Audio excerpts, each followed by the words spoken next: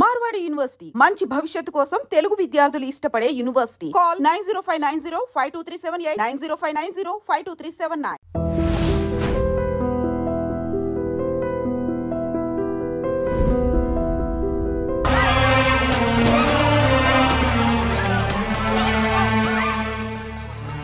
నా మనవడు సార్, నా మనవడు బస్తీలో కార్పొరేషన్ పైపుల్లో వచ్చే మంచినీళ్లు తాగి చచ్చిపోయాడు సార్. అవి ఇలాంటి మంచినీళ్లు కావు సార్, డ్రైనేజీ వాటర్ కలిసిన మంచినీళ్లు.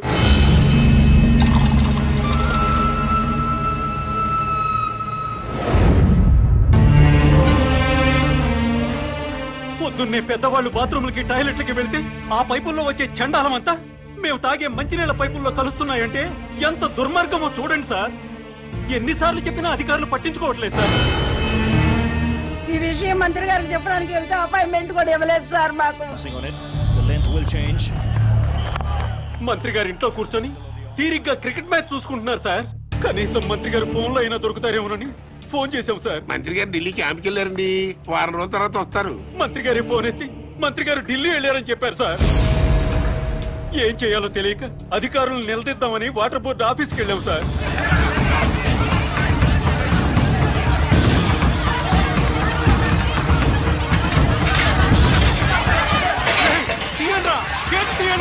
గొడవ చేయొద్దు, మర్యాదగా వెళ్ళిపోండి. మీరు నాశనం అయిపోతారా?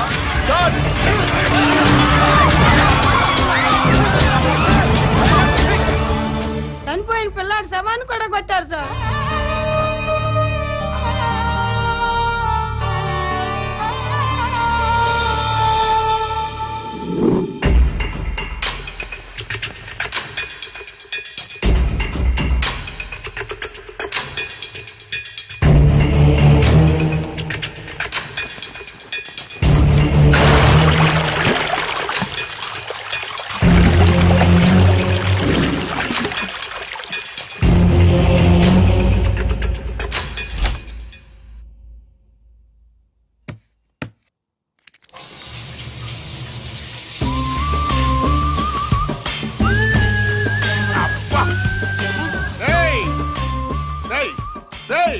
ఎవడరా అక్కడ? ఈ బాత్రూమ్ లో నీళ్ళేంట్రా? అబ్బా, వాసన వచ్చేస్తున్నాయి. ట్యాంక్ చెక్ చేయండి రా.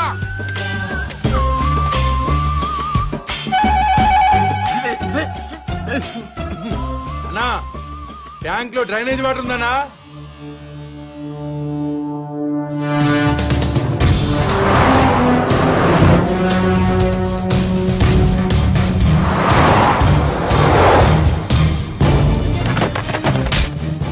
మంత్రి గారి వాటర్ ట్యాంక్ లో డ్రైనేజ్ కలుస్తుంటే చెక్ చేసుకోవద్దురా. మంత్రి గారు అబ్బాయి సార్.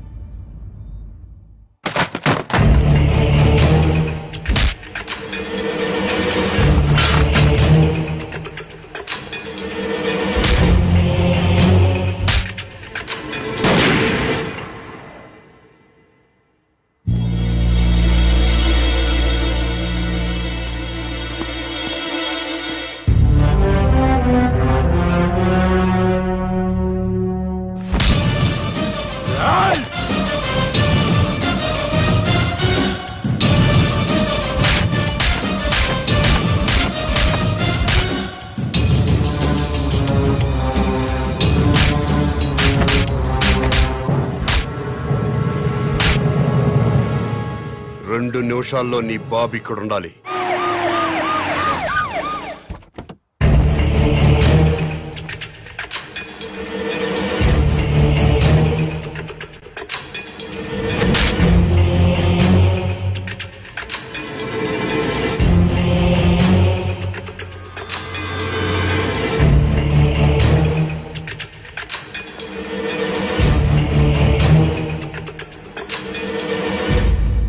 ఏం జరిగింది నాన్న?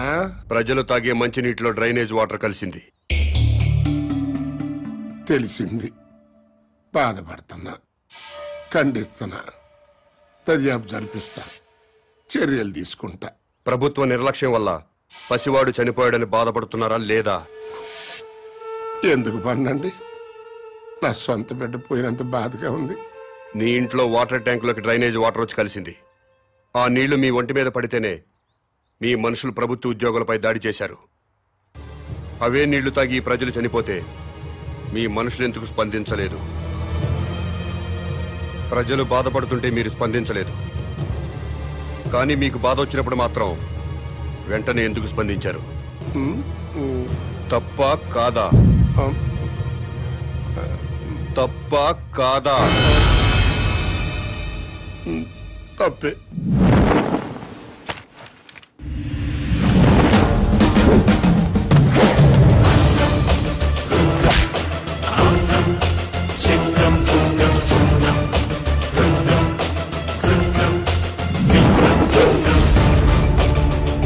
బిడ్డ చనిపోయాడన్న బాధతో ప్రజలు దాడి చేయబోతే వాళ్ళని లాఠీలతో కొట్టి కుక్కల్లా తరిమారు. తప్పులేదు, లా అండ్ ఆర్డర్ మెయింటైన్ చేయాల్సిందే. మరి మంత్రి గారి కొడుకు వాళ్ళ మనుషులు దాడి చేస్తుంటే ఎందుకు మీరు లాఠీ చార్జ్ చేయలేదు? తప్పా కాదా? తప్పా కాదా? తప్పే సార్. బట్ మేము డ్యూటీ ప్రజల కోసం చేయట్లేదు, ఎమ్మెల్యేల కోసం, మంత్రుల కోసం చేస్తున్నాం. వాళ్ళు ఏం చెప్తే అదే చేస్తున్నాం. ఎందుకంటే వాళ్ళకి నచ్చిన పోలీసుల్ని వాళ్ళ నియోజకవర్గం స్టేషన్స్ కి ట్రాన్స్ఫర్ చేయించుకుంటారు. అందుకే వాళ్ళు ఏ వెధవ పనులు చేయమన్నా సిగ్గుపడకుండా చేస్తున్నాం.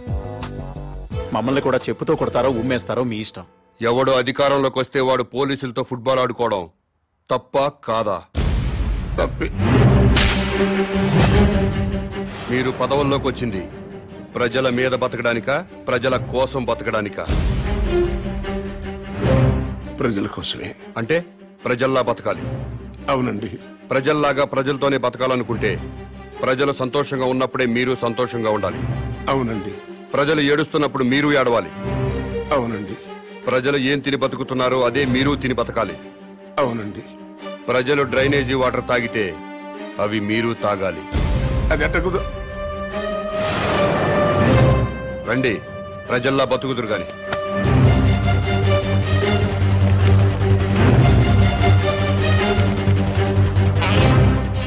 మంత్రి గారికి మంచినీళ్ళు ఇవ్వండి.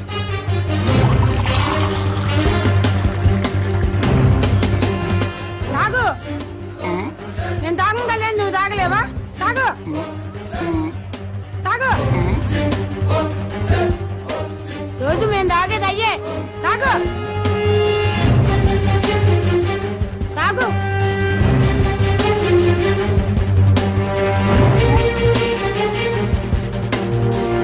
మాయ్ తాగు. తాగమంటే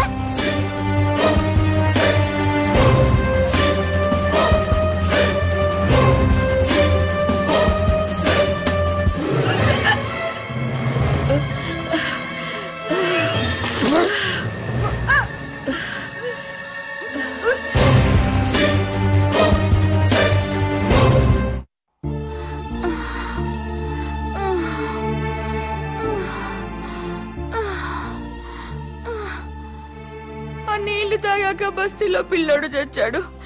అమ్మా, నేను చేస్తానేమోనండి. ఏం లేదులేవే, మోషన్స్ ఎక్కువయ్యి ఒంటో నీరంతా పోయింది, అందుకే ఆ నీరసం. సెలైన్ ఎక్కిస్తున్నారు కదా, ఏం కాదులే.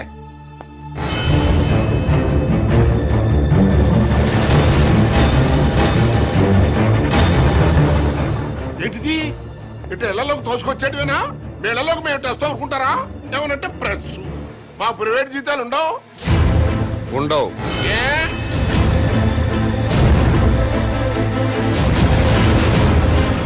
ప్రజాసేవ చేయడానికి రాజకీయాల్లోకి వచ్చినోడికి ప్రైవేట్ లైఫ్ ఉండదు, అంతా పబ్లిక్ లైఫే. ప్రైవేట్ లైఫ్ కావాలనుకుంటే మంత్రిగా రాజీనామా చెయ్యి, రాజకీయాల నుంచి తప్పుకో, జీవితంలో నీ మొహం చూడం.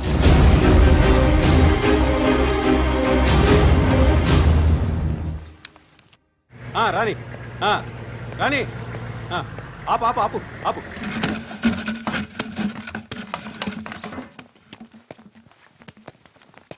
అన్నా, ఇంకో ట్యాంకర్ కావాలేమో మేడం గారిని అడగండి.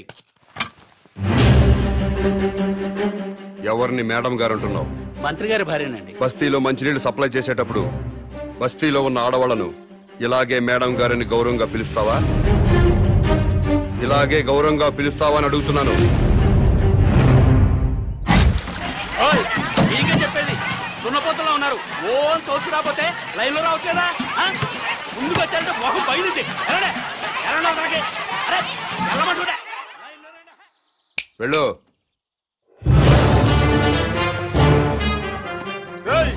ఏం పని అదే ట్యాంకర్ పంపించామంటే మేము మంచిగా కాక్కర్లేదా?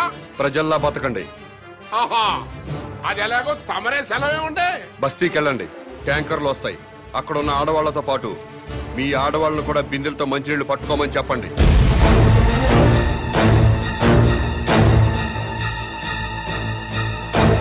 నేను మంత్రి గారి భార్యనండి. బస్తీ ఆడవాళ్ళతో కలిసి మంచిళ్ళ కోసం బిందె పట్టుకొని క్యూలో నిలబడాలా? లేబర్ కి మనకి తేడా లేదా డాడీ? వాళ్ళు ప్రజలమ్మా, ఆ మాట వాళ్ళని అనలేం కదా. ఎందుకు అనకూడదు? వాళ్ళేమైనా మన కూడికే ఓట్లు వేశారా? కోట్ల రూపాయలు కుమ్మరించాం.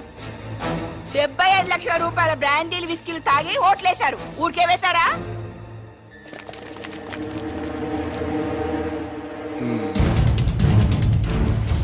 ఆ మాట నాకు అనాలనే ఉంది, కానీ పబ్లిక్ లో అనలేం కదా. అంటే ఏమవుతుంది డాడీ? పదవి పోతుంది అంతేగా? పోనివ్వండి, మేం మాత్రం బిందెలు పట్టుకుని క్యూలో నుంచాం. సరే, నాకు తప్పేదే ఉంది. మీ తరఫున బిందెలు పట్టుకుని క్యూలో నేనే నిల్చుంటా.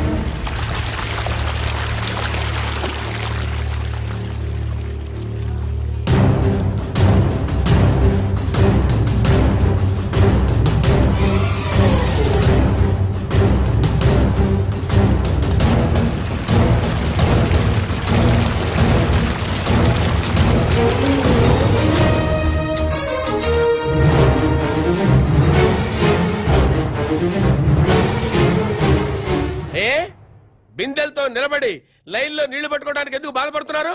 అధికారంలో ఉన్న వాళ్ళ భార్యలు ప్రజల కంటే గొప్పోళ్ళ? బిందెలతో నీళ్లు పట్టుకోలేరా? ఈ ఒక్క మంత్రి గారి భార్య కాదు, అందరు మంత్రుల భార్యలు ఇలాగే లైన్లో నిలబడి బిందెలతో నీళ్లు పట్టుకోవాలి. అప్పుడే ప్రజాస్వామ్యం బతుకుతుందని నేను మీకు మనవి చేస్తున్నాను.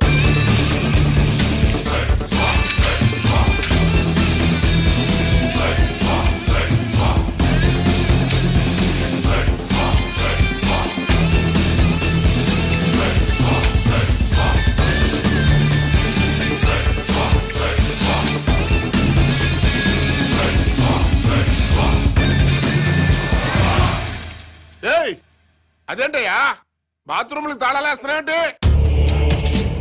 మీరు ప్రజల్లా బతకాలి కదండి. ఏంటయ్యా ప్రజలు వాళ్ళలాగా బతకాలంటే మా బాత్రూమ్లకు తాళాలేయాలా? చెంబులు తీసుకుని రోడ్డు మీదకి వెళ్ళండి. స్టేట్ లో చాలా ఊళ్ళలో మరుగుదొడ్లు లేక ఆడవాళ్లు చెంబులు పట్టుకుని రోడ్ల మీదకి, రైల్వే పట్టాల మీదకి, టాయిలెట్ కి వెళుతున్నారు. మీరు కూడా ప్రజల్లా బతుకుదాం అనుకుంటున్నారు కదా, అందుకే చెంబులు పట్టుకుని రోడ్డు మీదకి వెళ్ళాలని తాళాలు వేశాను.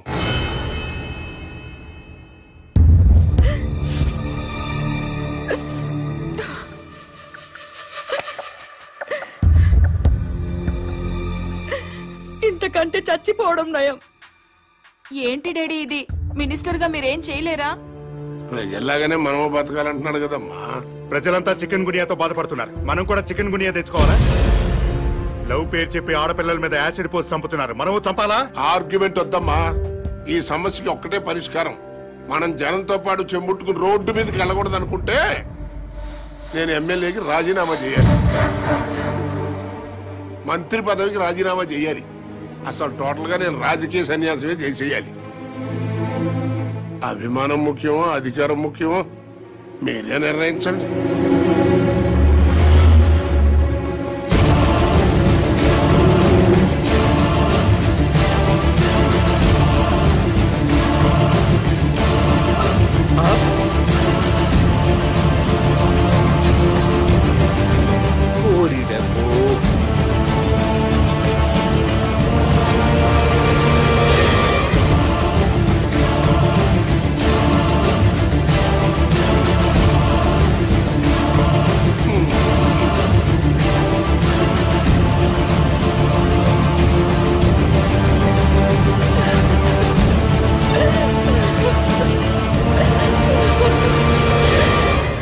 మంత్రి గారు,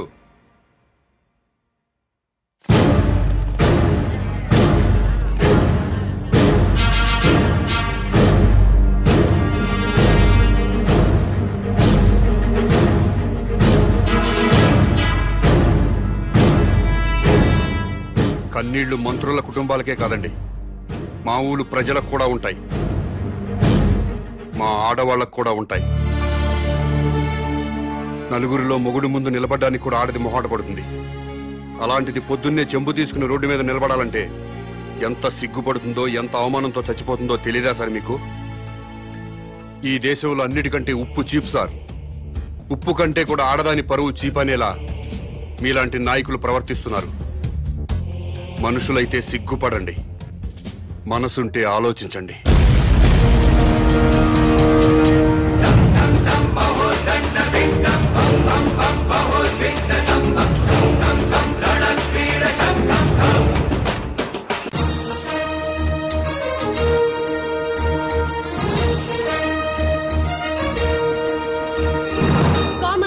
ప్రతిపక్ష నాయకుడు విరుచుకుపడ్డారు. మంత్రి గారి కుటుంబాన్ని అవమానించడం అమానుషమంటూ నిప్పులు చెరిగారు. ప్రతిపక్ష నాయకుడి మాటల్ని లైవ్ లో చూద్దాం. అవునండి, మంత్రి తప్పు చేస్తారు, మీ ఇష్టం వచ్చినట్టు ప్రవర్తిస్తారా? మంత్రి ఫ్యామిలీ ఏం పాపం చేసింది? వాళ్ళని రోడ్డు ఎక్కి అవమానిస్తారా? బాత్రూమ్లకు తాళాలు వేస్తారా? ఆ గవర్నమెంట్ తప్పు చేయదా? తప్పు చేస్తే అసెంబ్లీకి తాళాలు వేస్తున్నారా? సెక్రటరీ తాళాలు వేస్తారా? అలా మాట్లాడితే కుదరదు. కామన్ మ్యాన్ ని లైన్ లోకి వచ్చి మాట్లాడమనండి.